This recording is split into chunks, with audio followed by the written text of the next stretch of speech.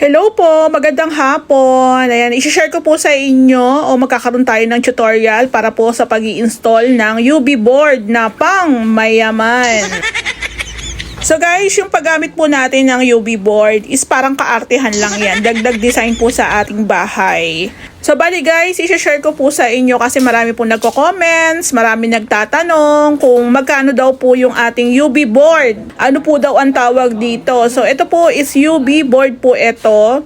Sa pinaka-supplier ko po, ang halaga niya is 1,600 to 1,800 pataas. Depende po sa design na mapipili nyo. Pero ito pong UV board na to is si ma'am po ang umorder. So, no idea lang po ako kung magkano po ito ni ma'am na nabili. Ayan po.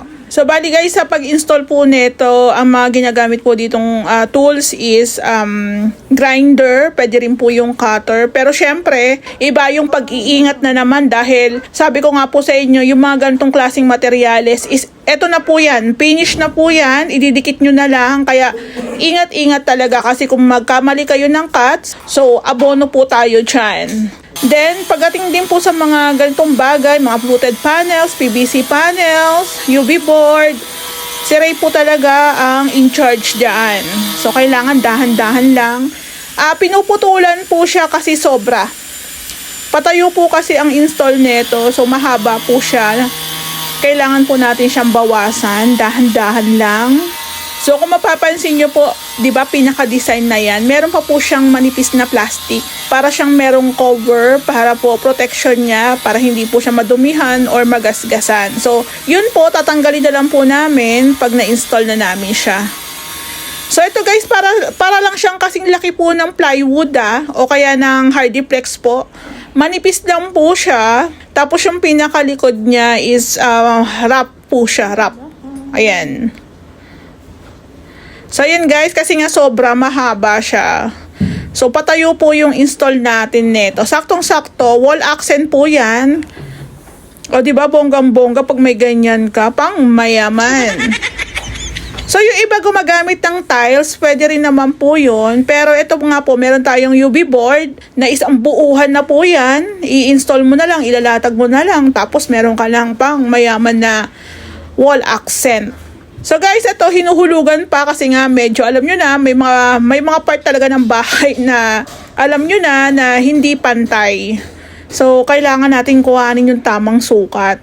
So minsan nga po nasisisi pa ng mga manggagawa yung bahay kasi hindi daw pantay, pero may paraan po dyan. Baka po nagdadahilan lang po sila kasi hindi nila magawa ng paraan, pero may paraan naman po. Ayan, so ito po, nilagyan lang siya ng no more nails. Tulong-tulong kasi nga po medyo, alam nyo na, hindi siya ganun kabigat pero kailangan po kasi talaga siyang ingatan pag in-install siya. Possible po kasi pwedeng mabali kung mali ang pag-handle. Kahit naman po sa hardiplex o Shera board, pag mali po yung pag-handle nyo doon, pwede po kasi yun maputol o mabali. So ayan, no more nails lang po yung ginamit nating pandikit dyan. Lahat po ng portion ng ating UV board is nilagyan. So, ayan, punas para lumapat po ng husto, dumikit ng husto. Ayan po. Actually, idea po ito ni ma'am. So, gusto niya may UV board, tapos lagyan po ng fluted panels. So, pwede naman po yung ganon. Kung ano po yung mga ideas nyo na magpapaganda po sa bahay nyo, pwede naman po yun. Sa amin naman po pag full renovation at madali lang naman pong i-install, wala na pong additional yan.